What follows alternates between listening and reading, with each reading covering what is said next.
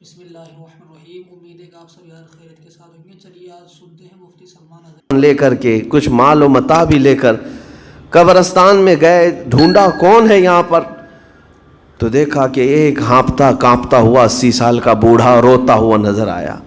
امیر المومنین اپنے ہاتھ میں توشادان لے کر اس کے قریب گئے، کہا تو بھوکا ہے؟ کہا ہاں بھوکا ہوں۔ بیٹھ چل میں تجھے کھلاتا ہوں۔ دسترخوان بچھا کر اسے اپنے ہاتھوں سے کھلایا اور اسے اپنی ضرورت کے مطابق جو ضروریات تھیں اس کی ضرورت کے مطابق وہ ساری چیزیں دی۔ وہ بوڑھا پوچھتا ہے آپ کون ہیں؟ حضرت عمر فاروق نے کہا میں عمر ابن خطاب ہوں۔ وہ ڈر گیا۔ حضرت عمر سے کون نہیں ڈرتا تھا کہ کہیں یہ کھلا پلا کر کے مجھے کوڑے نہ ماریں کہ زندگی بھر بانسری بجانے والا آج پکڑا گیا ہے، ہاں آج مجھے یہ سزا نہ دے دے۔ وہ کانپنے لگا، کہا کہ آپ یہاں کیسے؟ حضرت امیر المومنین کہتے ہیں میں خود نہیں آیا، مجھے اللہ کے رسول نے بھیجا، اور رب تبارک و تعالیٰ کا حکم آیا تھا کہ تو بھوکا ہے اور تو نے رزق مانگا ہے اور مجھے تیرے رزق دے کر کے بھیجا گیا ہے۔ وہ چیخ مار کر کے گر پڑا زمین پر اور رونے لگا، اپنے ہاتھ پھیلا کر کہا سچ فرمایا مولا تو ارحم الراحمین ہے۔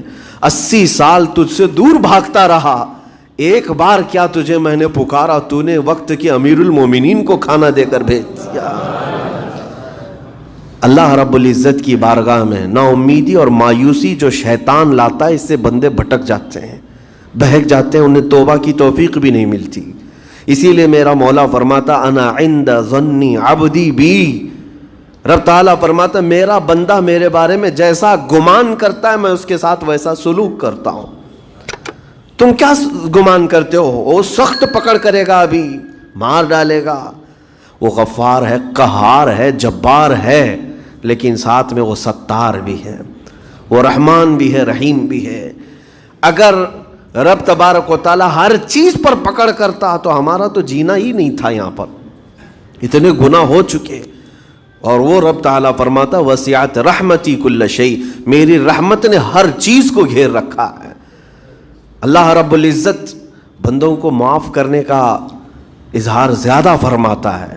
اور جانتے ہیں آپ گناہ جب عام ہوتے ہیں، میں آپ کو اپنے گھر کی بات بتا دوں، میرے گھر میں آپ 4 دن کے مہمان بن کر کے آئے ہیں، کبھی میری کھڑکی توڑ رہے ہیں، کبھی دروازہ توڑ رہے ہیں، کبھی ہمارے گھر کے برتن پٹک رہے ہیں، کبھی فرشی اکھاڑ رہے ہیں، کب تک برداشت کروں گا؟ آپ کو نکال کر باہر کر دیں گے، مہمان نہیں، یہ بلا ہو گئی کہ گھر سارا اجاڑ رہا ہے۔ ایک چیز پر چھوڑ دیا جائے، 2 چیز پر چھوڑ دیا جائے، یہ انسانوں کی فطرت ہے، انسانوں کی فطرت۔ لیکن رب کائنات اپنی کائنات میں ہم بندوں کو اتارا ہے، ہم نے کیا نہیں بگاڑا اس، اپنے گناہوں سے اس کی زمین کو لال کر دیا، اس کی نافرمانی سے ہم نے اس کائنات کے رنگ کو بدل دیا۔ کھلے عام گناہ، ننگا پن، بے حیائی، عیاشی، سب کچھ ہوتا رہا۔ اس کی کائنات ہے، اس کی زمین ہے، اس کی سلطنت ہے۔ اور ان گناہوں کی وجہ سے جانتے ہیں آپ، سمندر اللہ کی بارگاہ میں عرض کرتا ہے کہ مولا تو مجھے اجازت دے دے، میں ایسی طغیانی لاؤں گا کہ یہ سب ہلاک ہو جائیں گے۔ ہوائیں اللہ سے اجازت مانگتی ہیں تو مجھے شدت دے دے، میں اتنا تیز اڑاؤں گی کہ ان کے پرخچے اڑ جائیں۔ لیکن جانتے ہو اللہ کی طرف سے جواب کیا آتا ہے؟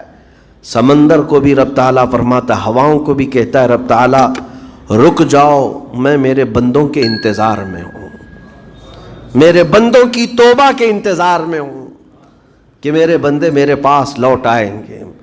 اسی لیے اللہ کے حبیب صلی اللہ تعالیٰ علیہ وسلم ارشاد فرماتے ہیں اللہ تعالیٰ کو سب سے زیادہ خوشی کس بات کی ہوتی ہے جانتے ہیں؟ رب تعالیٰ اپنے بندوں سے کب خوش ہوتا ہے؟ مثال دے کر کے میرے آقا نے فرمایا، مثال دے کر سمجھایا۔ صحرا میں، ڈیزرٹ میں ریتیلے میدان ہوتے ہیں، اس کا سفر بڑا ڈینجر ہوتا ہے۔ آج بھی ڈیزرٹ ہیں بہت سارے، سہارا ڈیزرٹ کا نام سنا ہوگا آپ نے۔ ہم گئے ہیں 200-250 کلومیٹر تک آپ چلتے رہو گاڑی، نہ ایک درخت نظر آتا ہے، نہ پہاڑ نظر آتا ہے، نہ گھر نظر آتا ہے، کچھ بھی نہیں۔ اس طرف میدان ریت کا اور آسمان لگا ہوا دکھتا ہے، ادھر بھی آسمان، تنہا ہم اکیلے نظر آتے رہتے ہیں۔ صحرا کا جو سفر ہوتا ہے بہت کٹھن ہوتا ہے، نبی پاک صلی اللہ تعالیٰ علیہ وسلم مثال دیتے ہوئے ارشاد فرماتے ایک بندہ اپنی اونٹنی لے کر اس پہ ساز و سامان لے کر کھانے پینے کا صحرا کے سفر پر تھا، اور صحرا میں کھانا پانی بہت مقدار میں لی جاتی ہے کیونکہ کچھ ملتا نہیں، اور جلد سے جلد وہاں سے سفر گزار کر کے آنا. ایک بار اگر راستہ بھٹک گیا موت ہو جاتی، وہاں پہ راستہ ملے گا نہیں. جس طرف بھی جاؤ تو لگے گا سیدھا ہی چل رہا ہوں، ڈائریکشن ہی نہیں پتہ ہوتے صحرا میں. حضور پاک صلی اللہ علیہ وسلم فرماتے ہیں ایک بندہ صحرا کے سفر میں اپنی اونٹنی کے ساتھ ساز و سامان لے کر سفر پر تھا، بیچ راستے میں اسے نیند آئی، سویا، سو کر کے اٹھا تو دیکھا اس کی اونٹنی ساز و سامان کے ساتھ غائب ہے، صحرا میں، بیچ صحرا میں. اب جو سواری تھی وہ غائب ہے، کھانا پانی تھا وہ غائب ہے، کچھ نہیں ہے ساتھ میں. گھبرا گیا، پریشان ہوا، اپنی اونٹنی کو ڈھونڈتا ڈھونڈتا تھک گیا، کبھی ادھر کبھی ادھر، کبھی ادھر کبھی ادھر، ہر جگہ کہیں کوئی نشان نظر نہ آئے. اور جب سواری نہیں ہے تو اب کئی 100 کلومیٹر کا بغیر کھانے پینے کے کیسے سفر کرتا. تھک ہار کر کے دوسرا دن ہو کہ تیسرا دن ہو، ایک جگہ وہ بندہ سو گیا، پھر سے سو گیا، اب راستہ بھی نہیں ملتا. سویا تو نیند سے اٹھا جب تو دیکھا اس کی اونٹنی بھی موجود ہے، اس کا ساز و سامان بھی ہے. یہ مثال ہے، یہ مثال ہے. میرے آقا صلی اللہ علیہ وسلم صحابہ سے اب پوچھتے ہیں اے میرے صحابہ بتاؤ اس بندے کو جو صحرا میں گمشدہ اونٹنی جس کی مل جائے اسے خوشی کتنی ہوگی. صحابہ کہتے ہیں یا رسول اللہ اس کی تو جان میں جان آ گئی ہوگی، کیونکہ وہ جانتے تھے صحرا کا سفر کیا ہوتا ہے. کہا سب سے زیادہ اسے خوشی ہوگی کہ اس کا کھویا ہوا سامان مل گیا، کھوئی ہوئی سواری مل گئی. میرے آقا صلی اللہ علیہ وسلم فرماتے ہیں گمشدہ اونٹنی کے ملنے پر جیسے اس مسافر کو خوشی ہوئی، اس سے کئی زیادہ بڑھ کر کے رب تعالیٰ کو اس وقت خوشی ہوتی ہے جب ایک گنہگار بندہ واپس توبہ کر کے اس کی بارگاہ میں آتا ہے. رب تعالیٰ کی بارگاہ میں جب بندہ پلٹ کر کے آتا ہے، رب تعالیٰ فرشتوں پر اس بندے کو دکھا کر رشک کرتا ہے. ارشاد فرماتا ہے میرا بندہ میرے پاس آ گیا، میرا بندہ میرے پاس آ گیا ہے. جو یاد مصطفیٰ سے دل کو بہلایا نہیں کرتے، جو یاد مصطفیٰ سے دل کو بہلایا نہیں کرتے، جو یاد مصطفیٰ سے دل کو بہلایا نہیں کرتے، حقیقت میں وہ لطف زندگی پا